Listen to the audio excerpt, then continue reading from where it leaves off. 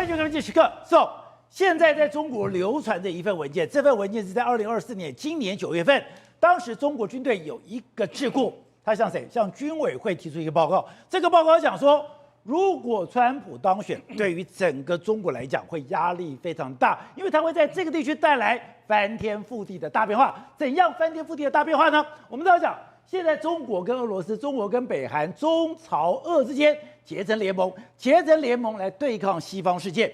但没有想到，我们知道，川普跟普丁是有通话管道的，川普跟金正恩也有互通的管道。如果川普真的当选之后，他会不会化解他跟俄罗斯、化解美国跟北韩的关系？如果今天北韩跟俄罗斯、跟中国的、跟美国的敌意没有那么深的话，那可以让什么？让美国好整以暇的专门对付一个国家，这个国家竟然就是中国。所以是说，你说现在习近平最害怕的就是当川普当选之后，没错，中国不但是美国最大的敌国，而且是唯一的敌国。而且事实上，这是根据国际媒体的报道说，今年9月份的时候，中国军队的智库呢上交给了中共中央的军委会还有中央主席办公室的时候一个报告。这个报告是什么？提醒我们未来中国人可能情势会出现变化。他说，假设川普当选之后呢，中国会变成是川普的唯一敌人。唯一，他目前为止的这个俄罗斯或是金正恩呢，北韩都有可能会跟美国改善关系，甚至他们有可能会倒向美国，所以到时候呢，就变成是中国自己一个人要面对美国这样一个局面了。因为我们讲到现在川普当选之后，他讲我要处理2个地方的问题，我要处理哪2个地方的问题？我要处理中东的问题，我要处理俄乌的问题。对，现在看起来是，他上台以后搞不好真的会逼泽伦斯基退让。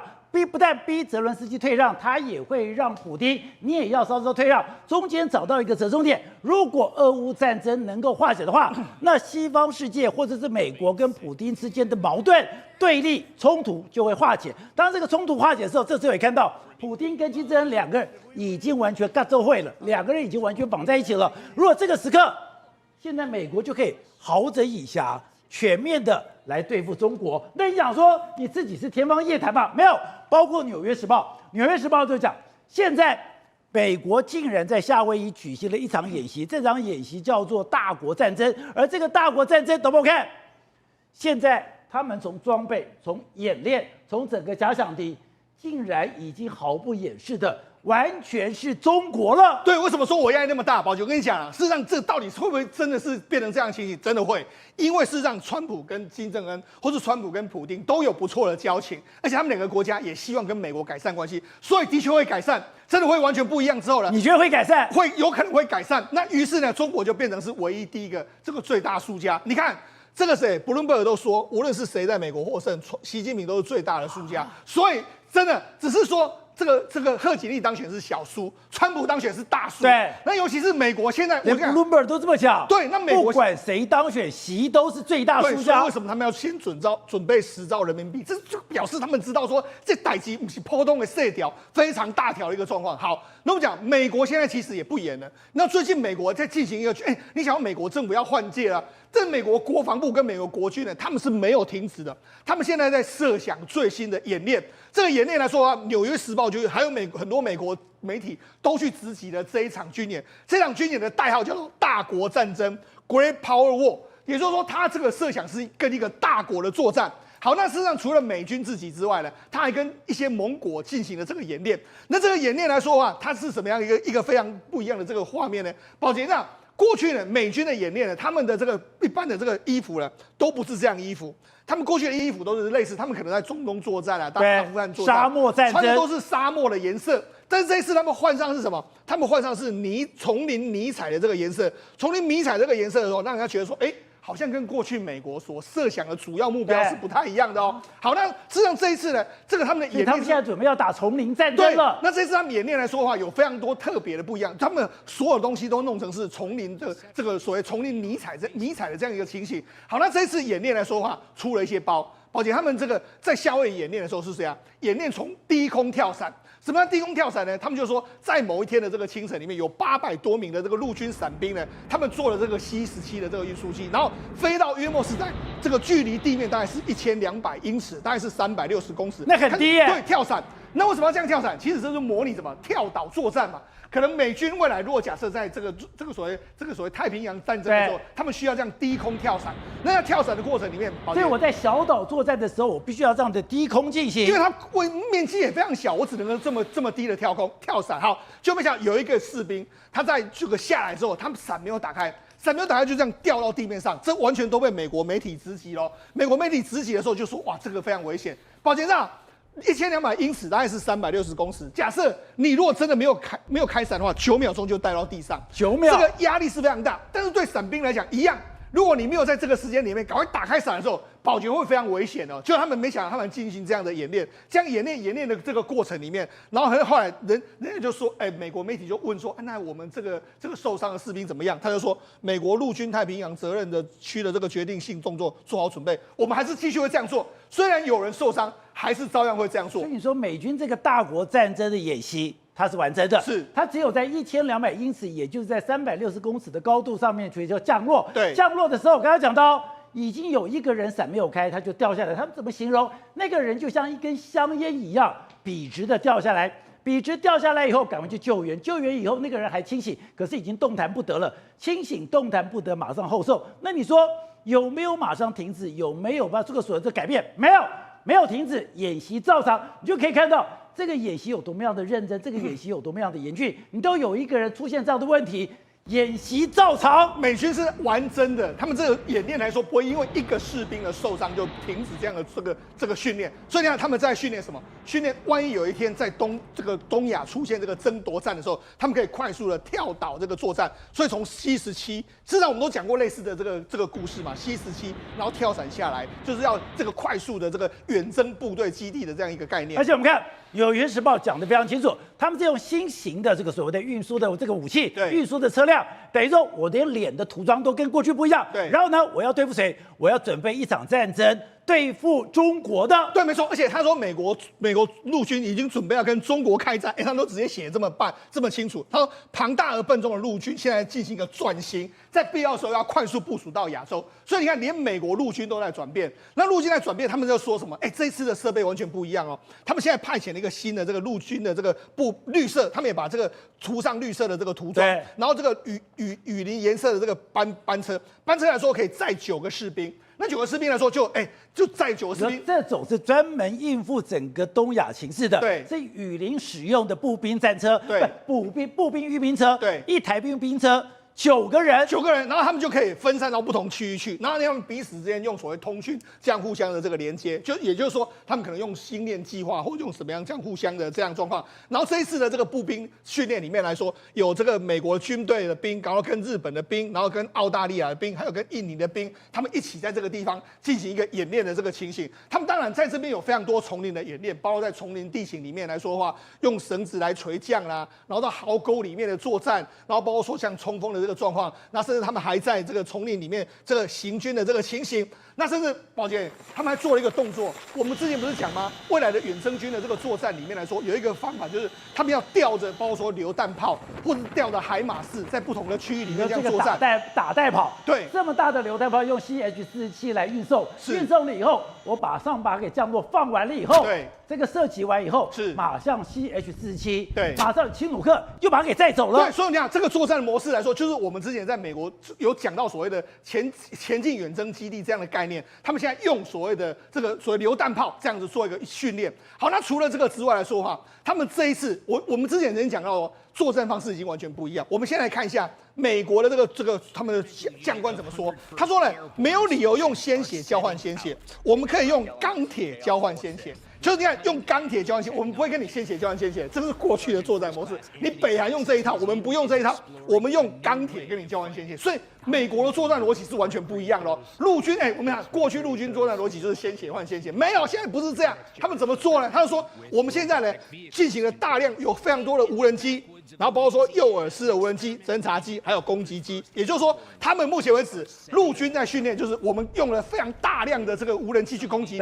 这就是我们在乌克兰战场上面看到这一点。那于是你看，乌克兰战场的这个无人机在被用到美国的空降师，他们现在也要训练，他们现在这个伞兵呢也要训练啊，但是作战训练也要训练，他们还要训练。你刚刚看到那个所谓的大国战争，你现在看到了101空降师的做的训练，他说他们每天都在接受俄乌战争里面所有最新的情报，然后再根据俄乌战争里面情报里面所需要的新型战术，对，再把它给转换过来。对，为什么？因为101空降师是非常著名的，我们知道，事实上在二战当时的时候是这个前进到欧洲非常重要的部队，他们现在也是联合这个最新的科技在做最新的这个置换。而且你现在看到这个就是他们的隐形指挥所，对，于是以前的指挥所要搞得很大，要搞得很气派，没有，我现在是一个帐篷，我这个帐篷在丛林里面，我随便就设置，你从外面根本看不到，而且我这个指挥所可以干嘛？我可以的涵盖的范围有这么样的广泛，而且你看中间那个绿色的，如果你没仔细看，你还以为那就是一个绿色的这个包说凸起物，没有，它这就是个指挥所。你看，它就隐形在这个地方。你如果它的这个隐形效果是非常好，那你看你把它掀开帐篷往里面看，里面是高科技耶，里面有非常多电脑、各式各样的电子设备在这个地方，而且他们说了，我们很简单。如果打完这一场战争之后，30分钟就可以把所有装备包起来，就移到下一个地方。而且它不是只有，抱歉，它不是只有一个所谓的这个指挥所在这边呢，它旁边来说，它会弄非常多电缆。电缆在这个要做什么呢？他们可以负责发送任何的讯号。还可以把所有的这个所谓手机啦、平板电脑都可以接收，然后我们这边也可以不受干扰，所以等于是非常好的一个前进指挥基地。它里面有电，它不是一个帐篷，不是帐篷旁边布满了各种线路，对，线路在下面，然后呢帐篷弄在这边，完全你不会看到我，然后我可以用这个帐篷来当成是一个指挥中心，这样子指挥的一个状况。那除了这个之外，你看他们有什么？无人的运输车辆啦，然后还有人在现场是维修无人机，马上出了问题的话，这个维修人员就来了。他不是维修什么通讯设备，维修无人机，所以等于是他们都用这个无人机当成先锋，或者说无人车辆、无人的相关的武器当成这个先锋，所以他们才会说嘛，以鲜血换鲜血的时代已经过去了，现在美军是用钢铁换你鲜血，绝对是一个新形态作战的这个模式。是，我们刚才讲到。这个就是101空降师的中尉，他在接受 CBS 访问的时候讲得非常决绝，说：“我们现在大量用无人机，我们用大量的无人的战车，我们现在那种以血换血的时代已经过去了，我们现在用钢铁来换对方的鲜血，就代表现在新形态的战争已经开始了。我们在一个俄乌战场上看，他们现在大量的无人机、大量的无人装备，还有我有非常严密的通讯设备，我在来无影去无踪，在对方还没有真正到我的状况下，我就把对方全部的屠杀。而最好的对比就是这两天我们讲的北韩。”北韩号称他们有最强的所谓的特种部队，而且他们也经过了最残酷的训练，但没有想到他们现在北韩派了特种部队，而且派了3名金正恩最相信的将军，现在到了前线，到了俄乌的战场，可是不到1天的时间，竟然全部被屠杀，只留下这个人，这个人还是躲在同袍的尸体下才幸免于难。可不，我们看到这张照片，他们就躲在这个壕沟里面，躲在这个壕沟里面。还搞不清楚任何状况的时候，刚才讲到乌克兰就可以确定，这就是北韩的这个所谓的哨所，这是北韩的这个通道。结果我就透过这个通道，我就把北韩的军人全部杀光。巴拉哥为什么可以用钢铁换鲜血？一个理由很简单，当整个陆军装备的无人机之后，它已经进化到另外一个层次，叫做3维生物，可以透过我们讲的3维的角度来去打击。但北韩不好意思，就算你派再多位将军来，你还是2维生物。所以这个时候呢，在乌俄战场上发生什么状况？北韩士兵确实上前线了，派了500多名，结果其中的40名，各位就你现在看到的哦，你看还不知死活的把头探出壕沟来看一看，天上怎么有声音？怎么好像有嗡嗡嗡？结果下一个马上他们是躲在壕沟里面，对，马上明明白白。宝大哥，你知道他犯了一个最大的错误是什么吗？不是，之前还传出说是北韩的军队跟乌克兰的军队双方交火，应该是讲说你来我往，双方都有死伤，没有，他们就躲在壕沟里面。就一个一个被杀了，没有，这叫单方面的碾压。光是北韩的士兵从壕沟探出头来，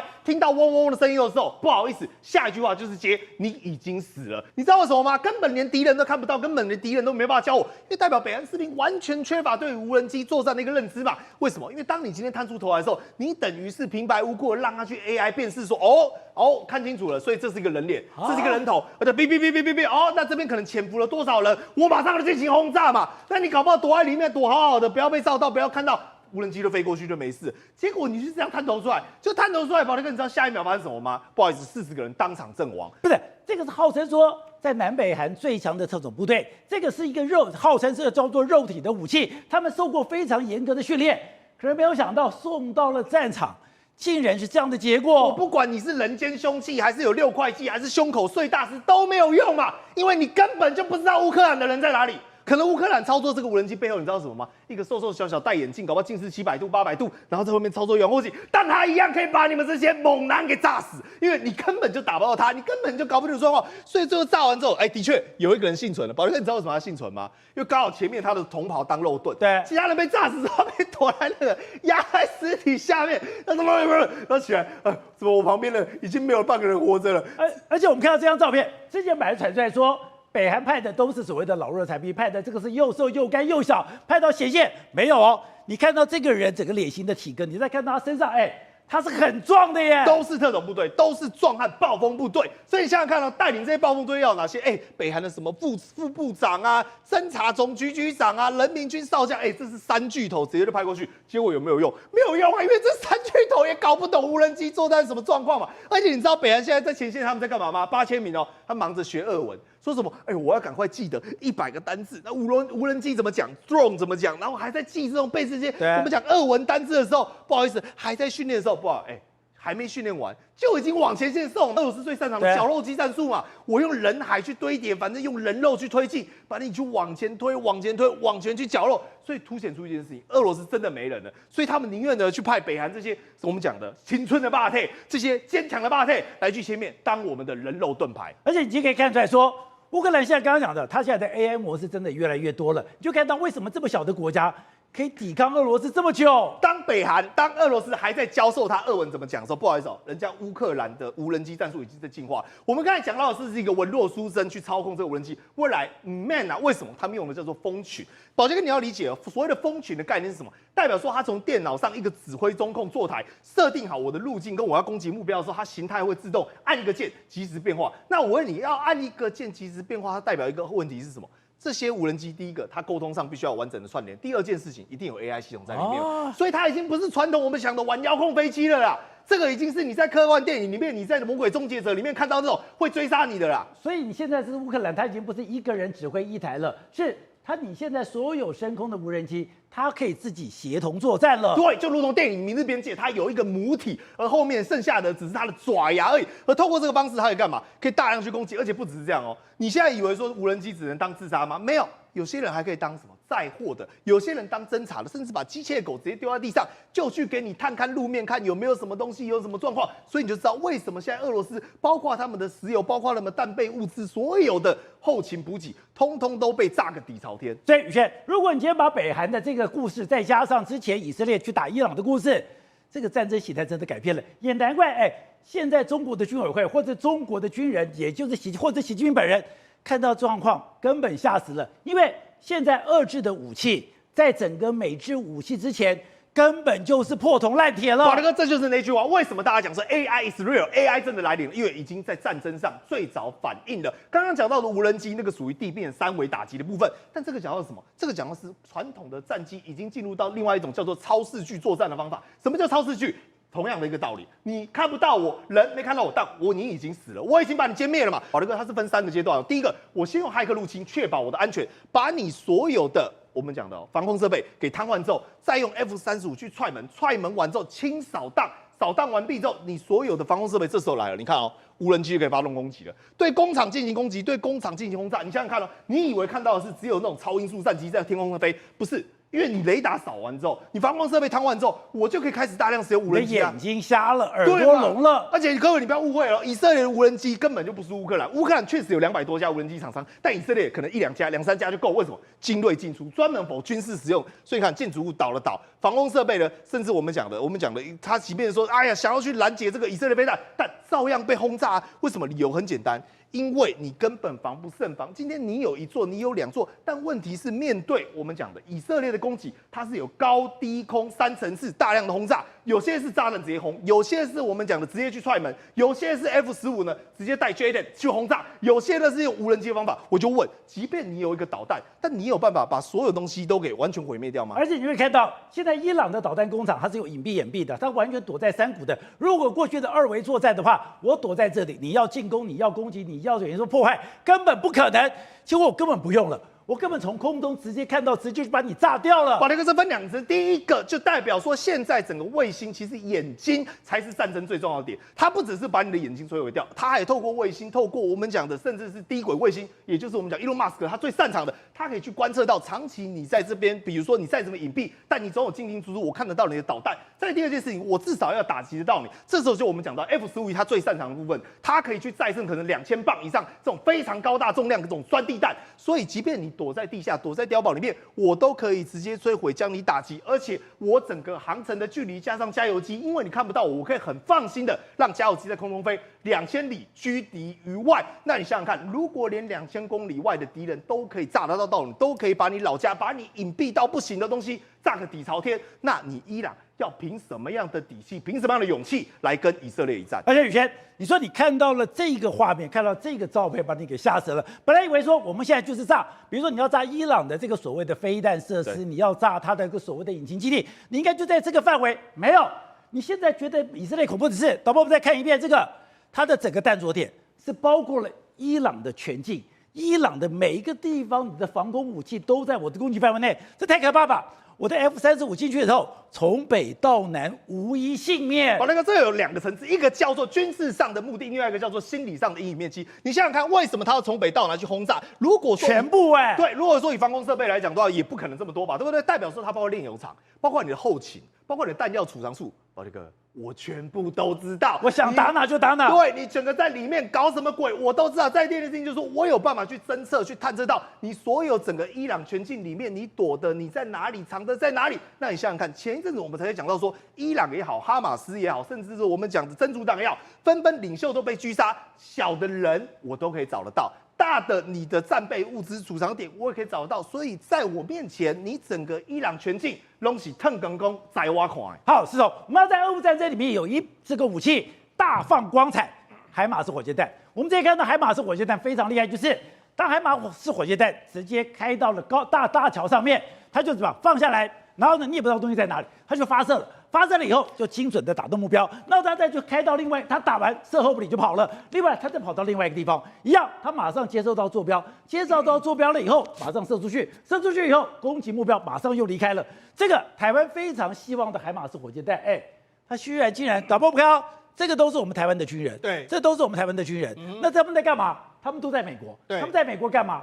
他们都在美国接收海马式火箭弹。没错，我们跟美国买了29套的海马式的这个火箭弹。那目前为止来说啊，交货的时间来说，美国是希望在2026年能够全部交给我们。所以现在呢，我们很多这个台湾的军人呢，就要到美国去受训。这都是台湾军人。对，那这个就是海马式火箭弹的那个载运的车子。对，那没错。那这个照片是从哪里流出来？这从美国军方的粉砖流出来的。流出来，你看这个画面，这后面就是海马式火箭弹的这个相关的配备。那这里面来说，有台湾的军人，然后有美国的军人，然后还包括说还有这个罗马尼亚、还有爱沙尼亚等等很多国家，4个国家的军人。因为你只要接收海马式火箭的这个炮弹的话，我们就会来训练。所以这个要讲的，过去3个礼拜里面，我们有荣幸的培训了来自台湾、罗马尼亚、爱沙尼亚。对，所以你现在有台湾的国旗、罗马尼亚的国旗，还有爱沙尼亚的国旗。对，没错。那美军大拉的一个弄出来，就说表示你看我们训练了这么多这个军人，你可以看到，其实里面来说，台湾的军人是最多的一个状况。对耶。他说好，那台湾这么多，你看有男生有女生到那个地方去接受这个相关的训练，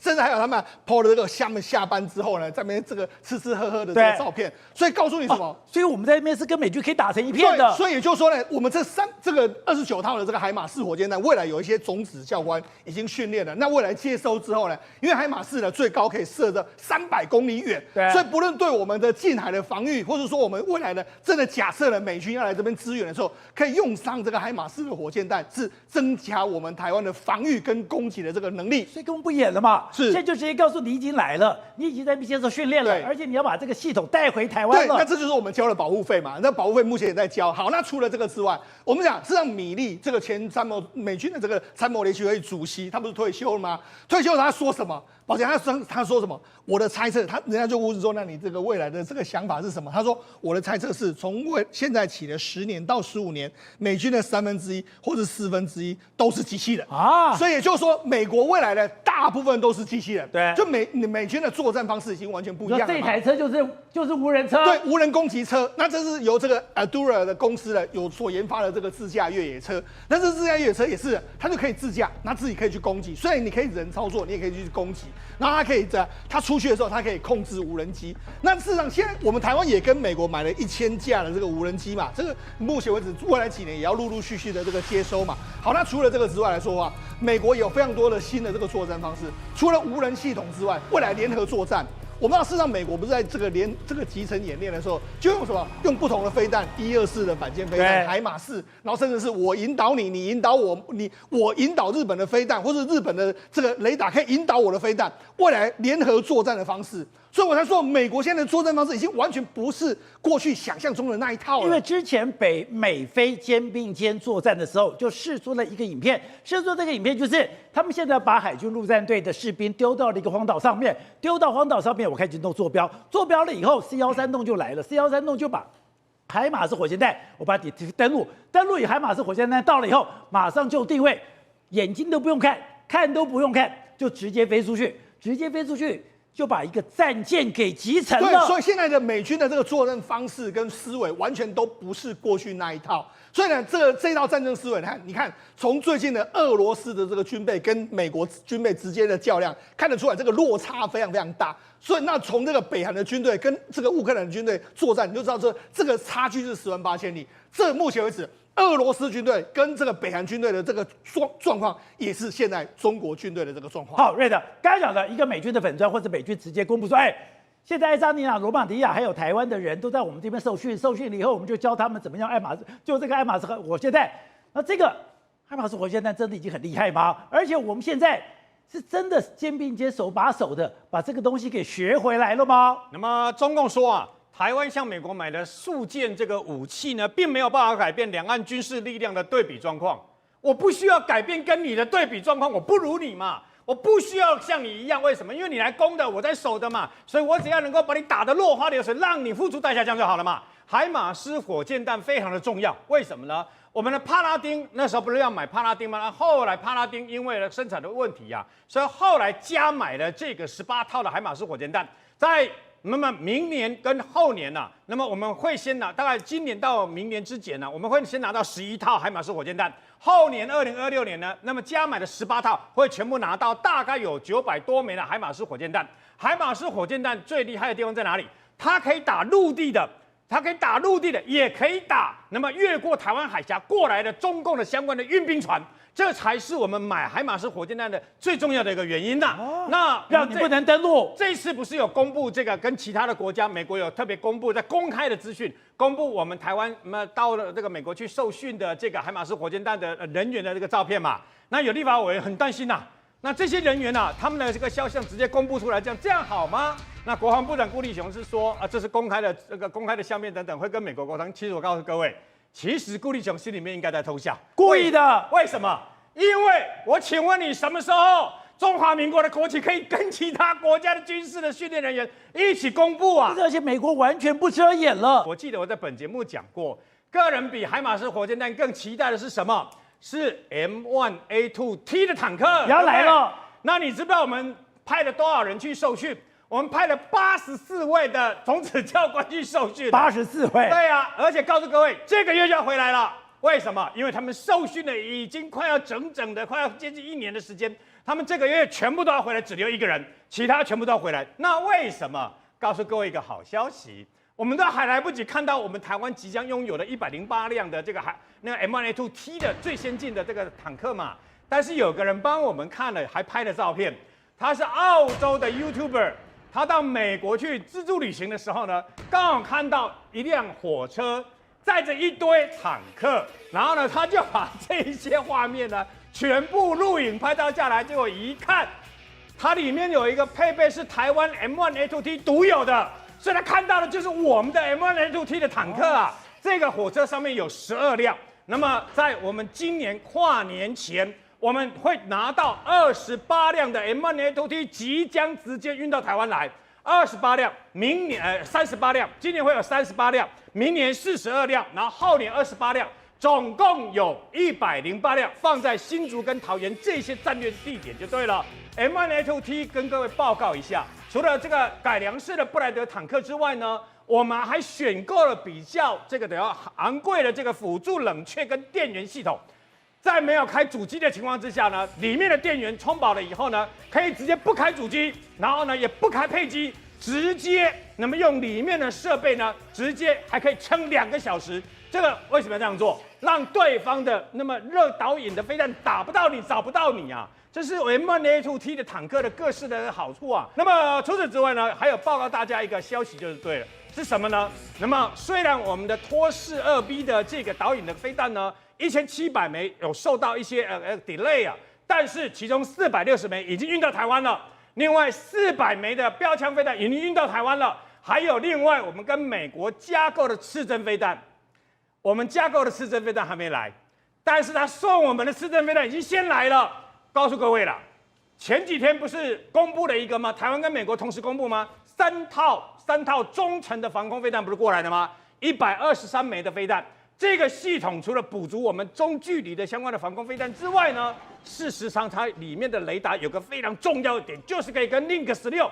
跟我们的飞机、跟我们的军舰、跟我们的爱国者飞弹、跟我们台湾中科院自己发明的天剑飞弹系统全部连线。好，国政，现在有一个人叫中央财经大学副校长李建军，你说中央财经大学是直属他的财政部，是他的一个重点大学，结果他的副校长居然讲中国现在负债很高。现在我们刚刚讲的，一般国债的负债超过GDP 60%，那就是警戒线。中国已经过了100%了，而且中国有很多省市是超过300%。中国自己人都站出来说，你这样举债非常的危险，因为很多的省份其实根本还不出来，因为超过300%，从天津、重庆、贵州、甘肃跟四川这些省份其实非常危险，所以中国现在说用10兆在发债来救市，连中国自己人都站出来说。等一下，这非常的危险。如果再举债下去，很多省市根本还不出来。好，我们看到最新2024 1到7月，中国各个地方财政收入里面，居然只有上海是等于说是正数，其他的从天津、海南、宁夏、福建、北京、浙江、青海这些一路的国债都是入不敷出。对，这也是自己人为什么要站出来说，等一下不能再发债，因为。过去是3省3市救全中国，现在是整个上海，只剩上海有在赚钱，其他那些强省浙江、江苏、广东这些都没有办法赚钱了，所以再借下去非常危险。你说这种发债把台商吓死了。我们都知道，不是有8000亿跟10兆要救股市吗？台商现在非常乐意这件事情，小路乱赚，到底炒股要不要跟着走？但是老经验台商看这件事情的时候，不管是发债10兆或8000亿救股市，看到股市狂涨，他们都在问。财政部在哪里？财政部有没有出来？没人管吗？财政部出来的嘛。那台商很聪明，那财政部你要把钱拿出来，钱在哪里？台商为什么瑟瑟发抖？是因为羊毛出在羊身上，你都没有税收了，每个地方都没税，国库缺钱，你是要怎么拿钱来救市啊？所以你一定要拔羊毛，这个羊毛在哪里？难道台商又要当羊毛了吗？所以小路乱战变成其实是瑟瑟发抖，台商马上想到。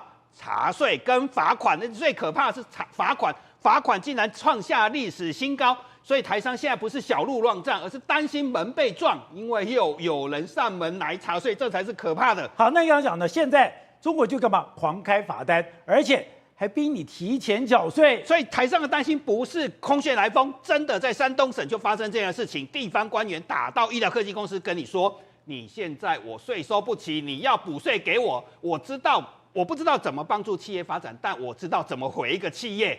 公明着4分钟的录音，明着是要企业拿出钱来补我的税款，那不就勒索吗？对，就是公然的走极端的策略啊！因为就是没有钱，只好这样查税，要你拿钱出来。我现在没有钱，我现在就跟这个医疗科技代表讲说，我必须要承认，我对企业发展不多，可是我知道怎么摧毁这个企业。所以我跟你要钱，你就乖乖上缴。这个明着就是恐吓取财。再来还有一招是，我就一直在查你的健康、公安、卫生这所有的东西，你消防、公安有没有？所以消防安全检查了2倍多，我不停的检查你，罚款增加60%，所以怎样？罚款创下历史新高，这就是中国大陆现在的状况。那于是发生什么事情？民企的投资越来越少，现在几乎归零。民企投资归零之后，工作机会大家现在都不敢公布失业率了，所以就发生什么现象？物理硕士跑去考公有，整个苏州的高中招聘一个公有物理硕士，24岁物理硕士一直找不到工作，所以他变成是考上了公有。为什么？因为现在中国大陆要1万多人才考一个职位，所有好的，这是2024年的公务员录取，把好的职缺都给了党员，一般人你只要1万多人才考一个好职位。